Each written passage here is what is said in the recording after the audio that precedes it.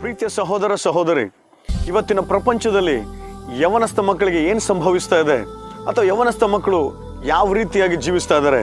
ಯವನ ಸಹೋದರರು ಯಾವುದೋ ಒಬ್ಬ ಯವನ ಸಹೋದರಿಯನ್ನು ಪ್ರೀತಿಸುವುದೇ ನಿಜವಾದ ಪ್ರೀತಿ ಅಂತೇಳಿ, ಯವನ ಸಹೋದರಿ ಯವನ ಸಹೋದರರನ್ನು ಪ್ರೀತಿಸುವುದೇ ನಿಜವಾದ ಪ್ರೀತಿ ಅಂತೇಳಿ, ತಮ್ಮ ಯೌವನದ ಇಚ್ಛೆಗಳನ್ನು ತೀರಿಸಿಕೊಳ್ಳುವಂಥದ್ದೇ ನಿಜವಾದ ಪ್ರೀತಿ ಅಂತೇಳಿ ಈ ಲೋಕದ ಮಾಯೆಯಲ್ಲಿ ಬಿದ್ದು ಮೋಸ ಹೋಗ್ತಾ ಇದ್ದಾರೆ.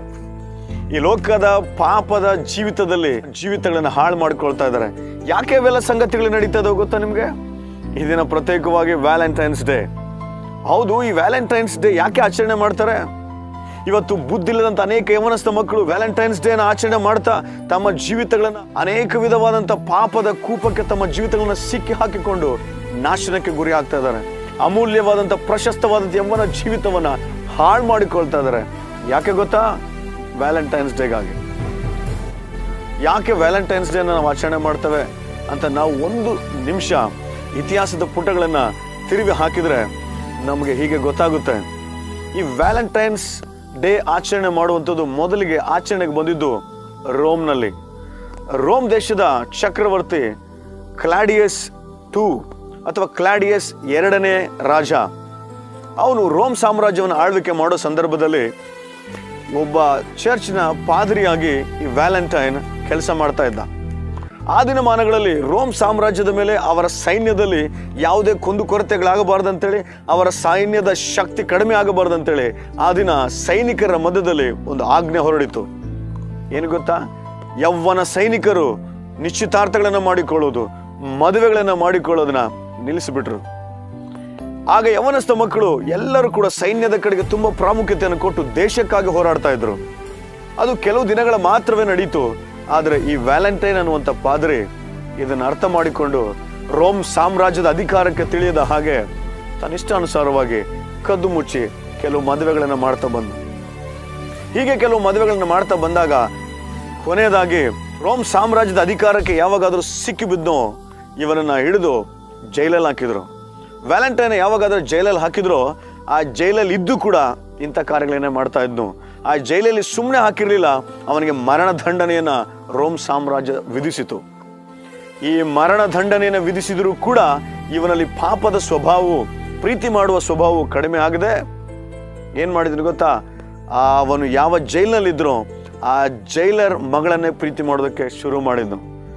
ಆ ಜೈಲರ್ ಮಗಳನ್ನೇ ಪ್ರೀತಿ ಮಾಡೋದಕ್ಕೆ ಶುರು ಮಾಡಿದಾಗ ಏನ್ ಸಂಭವಿಸಿತು? ಅವನಿಗೆ ಮರಣ ದಂಡನೆಯು ಇನ್ನೂ ಅಧಿಕವಾಯಿತು.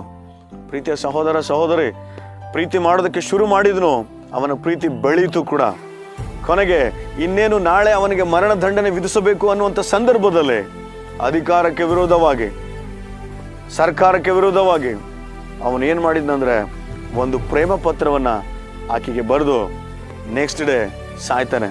ಅದಕ್ಕಾಗಿ ವ್ಯಾಲೆಂಟೈನ್ಸ್ ಡೇ ಅಂತ ಯಾಕೆ ಆಚರಣೆ ಮಾಡ್ತೇವೆ ಅಂದ್ರೆ, ವ್ಯಾಲೆಂಟೈನ್ ಅನ್ನುವಂಥ ಪಾದ್ರಿ ಅವನು ಪ್ರೀತಿಯ ನಿವೇದನೆಯನ್ನು ತೋಡಿಕೊಳ್ಳುವುದಕ್ಕಾಗಿ ಪ್ರೇಮ ಪತ್ರವನ್ನು ಬರೆದು ಜೈಲ ಅಧಿಕಾರಿಯ ಮಗಳಿಗೆ ಕೊಟ್ಟು ನೆಕ್ಸ್ಟ್ ಡೇ ಸಾಯ್ತಾನೆ.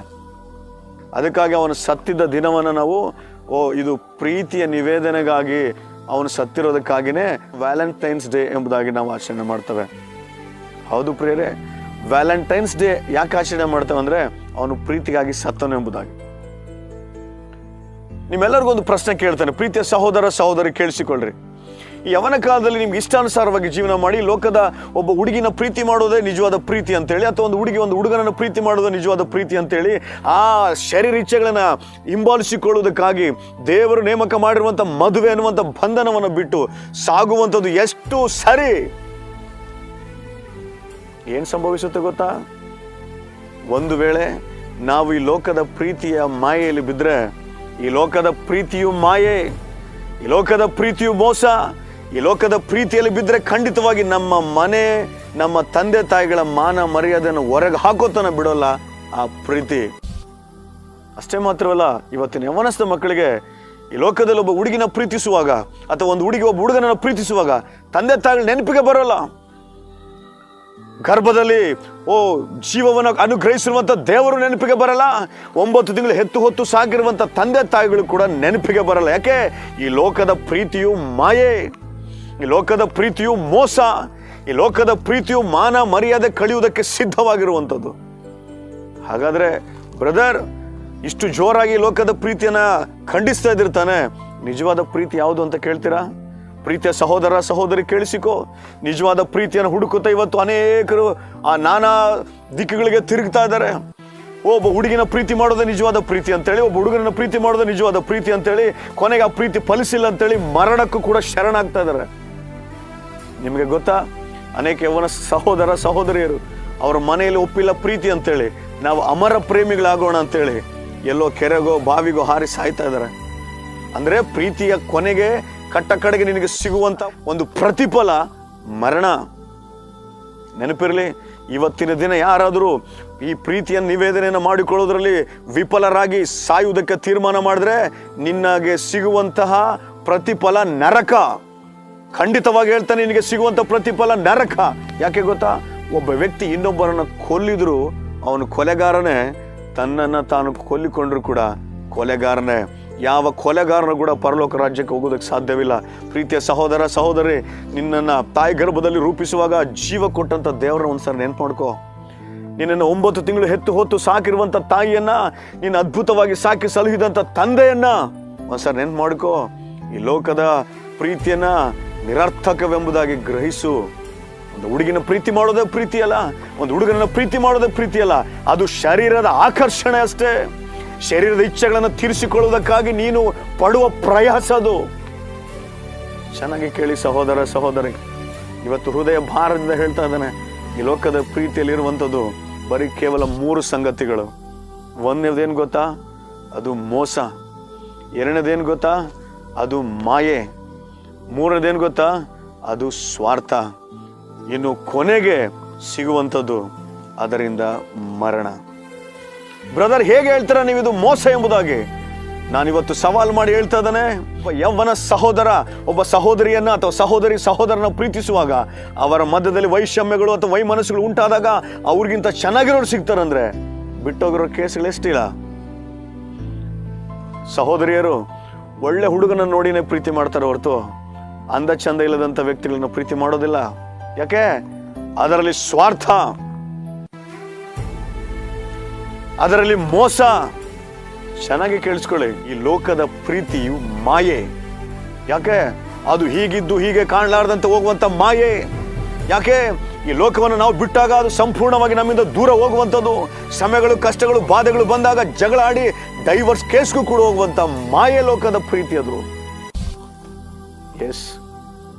ಇನ್ನೂ ಒಂದೇನು ಗೊತ್ತಾ? ಈ ಲೋಕದ ಪ್ರೀತಿ ಮೋಸ. ಅನೇಕ ಸಹೋದರ ಸಹೋದರಿಯರು ಮದುವೆ ಆಗೋ ಸಂದರ್ಭದಲ್ಲಿ ಅವರ ಇಚ್ಛೆಗಳನ್ನು ತೀರಿಸಿಕೊಳ್ಳುವುದಕ್ಕಾಗಿ ಅಥವಾ ಯಾವುದೋ ಒಂದು ಬಯಕೆಗಳನ್ನು ತೀರಿಸಿಕೊಳ್ಳುವುದಕ್ಕಾಗಿ ಅವರ ಮುಂದೆ ಭವಿಷ್ಯತ್ತು ಚೆನ್ನಾಗಿರುತ್ತೆ ಅಂತೇಳಿ ನಂಬಿ ಪ್ರೀತಿ ಮಾಡ್ತಾರೆ. ಒಂದು ವೇಳೆ ಹುಡುಗ ಅಥವಾ ಹುಡುಗಿ ಪ್ರೀತಿ ಮಾಡುವಂಥ ಹುಡುಗ ಚೆನ್ನಾಗಿಲ್ಲ ಅಂದ್ರೆ, ಅವನಿಗಿಂತ ಇನ್ನೊಬ್ಬನು ಸಿಗ್ತಾನಂದ್ರೆ ಖಂಡಿತ ಅವನ ಹಿಂದೆ ಹೋಗ್ತಾಳೆ. ಯಾಕೆ ಗೊತ್ತಾ? ಅದರಲ್ಲಿ ಪ್ರೀತಿಯಲ್ಲಿ ಮೋಸ ಇದೆ. ಎಷ್ಟೋ ಯವನಸ್ಥ ಮಕ್ಕಳು ನನ್ನ ಹುಡುಗಿ ಕೈ ಕೊಟ್ಟಿದ್ದಾಳೆ ಅಂತೇಳಿ, ನಾನು ಪ್ರೀತಿಸಿದ ಹುಡುಗಿ ನನ್ನನ್ನ ಪ್ರೀತಿಸ್ತಾ ಇಲ್ಲ ಅಂತೇಳಿ ಎಷ್ಟೋ ಸಾರಿ ಹತ್ತು ಕುಗ್ಗಿ ಕೊರಗಿ ಹೋಗಿರುವಂತ ಜೀವಗಳು ಎಷ್ಟೋ ಇದಾವೆ. ಯಾಕೆ? ಪ್ರೀತಿ ಮೋಸ. ಎರಡನೇದು. ಮೂರನೇದು, ಪ್ರೀತಿಯು ಸ್ವಾರ್ಥ. ಯಾಕೆ ಒಬ್ಬ ಯವನ ಸ್ತ್ರೀ ಒಬ್ಬ ಯವನ ಪುರುಷನ ಪ್ರೀತಿಸ್ತಾಳೆ ಗೊತ್ತಾ? ಒಳ್ಳೆಯವ್ರನ್ನೇ ಪ್ರೀತಿಸ್ತಾಳೆ, ಹಣವಂತರನ್ನೇ ಪ್ರೀತಿಸ್ತಾಳೆ, ನೋಡೋದಕ್ಕೆ ಚಂದವ್ರನ್ನೇ ಪ್ರೀತಿಸ್ತಾಳೆ. ಯಾಕೆ? ಅದರಲ್ಲಿ ಸ್ವಾರ್ಥ ಇದೆ. ಇವನನ್ನ ಮದುವೆ ಆದ್ರೆ ನಾನು ಚೆನ್ನಾಗಿರ್ತಾನೆ ಅನ್ನೋ ಸ್ವಾರ್ಥ, ಇವನ್ ಜೊತೆ ಇದ್ರೆ ನನಗೆ ಮರ್ಯಾದೆ ಸಿಗುತ್ತಾನಂತ ಸ್ವಾರ್ಥ, ಇವನ್ ಜೊತೆ ಇದ್ರೆ ನಾನು ಎಲ್ಲ ಆಸೆ ಆಕಾಂಕ್ಷೆಗಳನ್ನ ತೀರಿಸ್ಕೊಳ್ಬೇಕನ್ನುವಂತ ಸ್ವಾರ್ಥ ಅದು. ಅದೇ ಒಂದು ಹುಡುಗಿ ಯಾರೋ ಇಲ್ಲದಂತ ಸ್ಥಿತಿಯಲ್ಲಿರುವಂತ ಪ್ರೀತಿಸೋಕೆ ಸಾಧ್ಯನಾ? ಸಾಧ್ಯ ಇಲ್ಲ. ಅದಕ್ಕಾಗಿ ಈ ನನ್ನ ಮಾತುಗಳನ್ನು ಕೇಳುವಂತ ಸಹೋದರ ಸಹೋದರಿ, ಈ ಲೋಕದಲ್ಲಿರುವಂತ ಪ್ರೀತಿ 3 ವಿಷಯಗಳು. ಒಂದು, ಅದು ಮಾಯೆ, ಈ ಲೋಕದ ಪ್ರೀತಿ. ಎರಡನೇದು ಮೋಸ, ಈ ಲೋಕದ ಪ್ರೀತಿ ಅದು ಸ್ವಾರ್ಥ. ಹಾಗಾದ್ರೆ ನಿಜವಾದ ಪ್ರೀತಿ ಎಲ್ಲಿದೆ ಅಂತ ಕೇಳ್ತೀರಾ? ಓಕೆ, ಎಲ್ಲರಿಗೂ ಗೊತ್ತಾಗಲೇ ಬೇಕಾಗಿರುವಂತ ಪ್ರೀತಿ ಇದು. ಯಾವುದು ಗೊತ್ತಾ? ಸತ್ಯವೇದದಲ್ಲಿ ಹೀಗೆ ಬರೆಯಲ್ಪಟ್ಟಿದೆ. 1 ಯೋಹಾನ ಪತ್ರಿಕೆ 4ನೇ ಅಧ್ಯಾಯ 8ನೇ ವಚನ. ಯಾಕಂದರೆ ದೇವರು ಪ್ರೀತಿ ಸ್ವರೂಪಿ. ಹಲ್ಲೆಲೂಯ. ವಾಕ್ಯ ಸ್ಪಷ್ಟವಾಗಿ ಹೇಳುತ್ತೆ, ದೇವರು ಮಾತ್ರವೇ ಪ್ರೀತಿ ಸ್ವರೂಪಿ. ಯಾಕೆ? ಆತ ನೀನು ಪ್ರೀತಿಸದೇ ಇದ್ದಾಗ್ಯೂ ಕೂಡ ನಿನ್ನನ್ನು ಪ್ರೀತಿಸಿ ಮಹಿಮೆಯ ಪದವಿಯನ್ನು ಬಿಟ್ಟು ಈ ಲೋಕಕ್ಕೆ ಬಂದಂತ ನಿಸ್ವಾರ್ಥ ಪ್ರೀತಿ ಆತನದು. ನೀನು ಆತನನ್ನ ಪ್ರೀತಿಸಲಾರದಂತೆ, ಇಷ್ಟಾನುಸಾರವಾಗಿ ನಿಜ ದೇವರನ್ನ ಕಂಡುಕೊಳ್ಳಲಾರದಂತೆ, ನನ್ನನ್ನು ಸೃಷ್ಟಿಸುವಂತ ಸೃಷ್ಟಿಕರ್ತನ ಯಾರು ಅಂತ ಅರಿತುಕೊಳ್ಳಾರ್ದಂತೆ, ಇಷ್ಟಾನುಸಾರವಾಗಿ ಬದುಕ್ತಿದ್ರು ಕೂಡ ನಿನಗೆ ಮೋಸ ಮಾಡಲಾರ್ದಂತೆ ನಿನ್ನನ್ನ ಹುಡುಕಿಕೊಂಡು ಹಿಂಬಾಲಿಸಿಕೊಂಡು ಬಂದು 2000 ವರ್ಷಗಳಿಂದ ಶಿಲುಬೆ ಮೇಲೆ ನಿನಗಾಗಿ ರಕ್ತ ಚೆಲ್ಲಿ ಪ್ರಾಣ ಕೊಟ್ಟಂತ ಪ್ರೀತಿ ಅದು.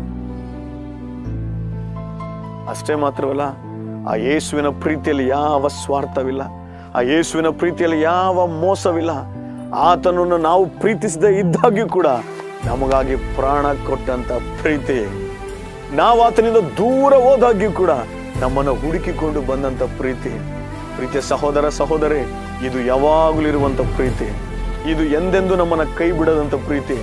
ಈ ನಿಜವಾದ ಪ್ರೀತಿಯನ್ನು ಹಿಂಬಾಲಿಸಿ ಜೀವಿತವನ್ನು ಹಚ್ಚ ಹಸಿರಾಗಿಸಿಕೊಂಡು ಆ ಪ್ರೀತಿಯ ಸಂತೋಷ ಸಮಾಧಾನದಲ್ಲಿ ಜೀವಿಸುವುದಕ್ಕೆ ಇಷ್ಟಪಡ್ತೀಯೋ, ಅಥವಾ ಈ ಲೋಕದ ಪ್ರೀತಿ, ಈ ದಿನ ವ್ಯಾಲೆಂಟೈನ್ಸ್ ಡೇ ಅಂತೇಳಿ ಇಷ್ಟು ಮಾತುಗಳು ಕೇಳಿದ ಮೇಲೂ ಕೂಡ ನೀನು ಸಿದ್ಧ ಮಾಡಿರುವಂತ ಗ್ರೀಟಿಂಗ್ ಕಾರ್ಡ್ಸ್ನ, ನೀನು ಸಿದ್ಧ ಮಾಡಿರುವಂತ ಎಲ್ಲ ಫ್ಲವರ್ಸ್ನ, ನೀನು ಸಿದ್ಧ ಮಾಡಿರುವಂತ ಎಲ್ಲ ಬಹುಮಾನಗಳನ್ನ, ನೀನು ಸಿದ್ಧ ಮಾಡಿರುವಂತ ಗಿಫ್ಟ್ಸ್ಗಳನ್ನ ನೀನು ಸಿದ್ಧ ಮಾಡಿಕೊಂಡು ಇನ್ನೊಬ್ಬರಿಗೆ ಕೊಡೋಲಿಕ್ಕೆ ಸಿದ್ಧ ಮಾಡಿರುವಂತ ಎಲ್ಲ ಲವ್ ಲೆಟರ್ಸ್ನ ಇವತ್ತೇ ಇಲ್ಲೇ ಬಿಟ್ಟಾಕಿ, ಯೇಸುವೆ ನೀನು ನಿಜವಾದ ಪ್ರೀತಿನಿಂದಯ ನಿನ್ನನ್ನು ಹಿಂಬಾಲಿಸ್ತೇನೆ ಅಂತ ಬರ್ತೀಯೋ, ಅಥವಾ ಈ ಲೋಕದ ಮಾಯೆಯ ಸ್ವಾರ್ಥದ ಮೋಸ ಮಾಡುವಂತ ಪ್ರೀತಿಯಲ್ಲಿ ಬಿದ್ದು ನಿನ್ನ ಜೀವಿತವನ್ನು ನೀನು ಹಾಳು ಮಾಡ್ಕೊಳ್ತೀಯೋ? ನಿನಗೆ ಬಿಟ್ಟಿದ್ದ. ಖಂಡಿತವಾಗಿ ಮಾತುಗಳನ್ನು ಕೇಳಿ ಒಂದು ತೀರ್ಮಾನಕ್ಕೆ ಬಾ. ನಿಜವಾದ ಪ್ರೀತಿ ಯೇಸು ಕ್ರಿಸ್ತನ ಪ್ರೀತಿ. ಆತನು ಶಿಲುಬೆ ಮೇಲೆ ನಮಗಾಗಿ ರಕ್ತ ಚೆಲ್ಲಿ ಪ್ರಾಣ ಕೊಟ್ಟು, ನಾವು ಪ್ರೀತಿಸದೆ ಹೋದಾಗ್ಯೂ ನಮ್ಮನ್ನು ಪ್ರೀತಿಸಿ, ನಾವು ಆತನ ಹುಡುಕದೆ ಹೋದಾಗ್ಯೂ ನಮ್ಮನ್ನು ಹುಡುಕಿ, ನಾವು ಆತನಿಗೆ ಎಷ್ಟೋ ಸಾರಿ ಮೋಸ ಮಾಡಿದಾಗ್ಯೂ ಕೂಡ ನಮ್ಮನ್ನು ಮೋಸ ಮಾಡದಂತೆ ನಮಗಾಗಿ ಈ ಲೋಕಕ್ಕೆ ಬಂದು ನಮ್ಮನ್ನು ಪ್ರೀತಿಸಿ ಆತನಿರುವಂಥ ಸ್ಥಳದಲ್ಲಿ ನಮ್ಮನ್ನು ಇರಿಸಿಕೊಳ್ಳುವುದಕ್ಕಾಗಿ ಆತನ ಶಿಲುಬೆ ಮೇಲೆ ಪಟ್ಟಂತ ತ್ಯಾಗ ಇದೆ ತಾನೇ, ಅದೇ ನಿಜವಾದ ಪ್ರೀತಿ. ಅದನ್ನು ಸ್ವೀಕರಿಸಿ ಆಶೀರ್ವಾದ ಹೊಂದು. ಹಲ್ಲೆಲೂಯಾ.